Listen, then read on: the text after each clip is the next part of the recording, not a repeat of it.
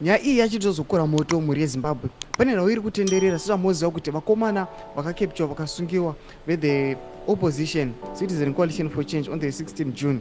Panapa pane nhau iri kubuda, nhau ye the 1-year-old baby ndo nhau yadominate Africa yose, yatosheka Africa. Sadabi namashuka buda chinyogwa ulibva subscribe like on the bell icon.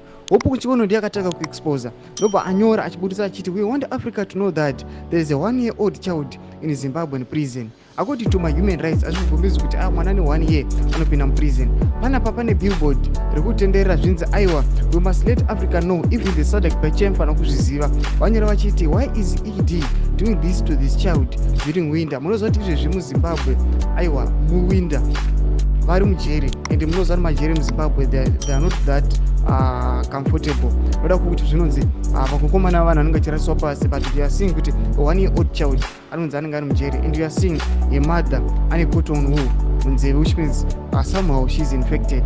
But at that point of time murikuona kuti that 1-year-old child ari kunzi ari mujeri, ari muZimbabwe in prison. Hazviperi mushe mhuri yeZimbabwe nhau iyi yachizodominate, yachizokura moto.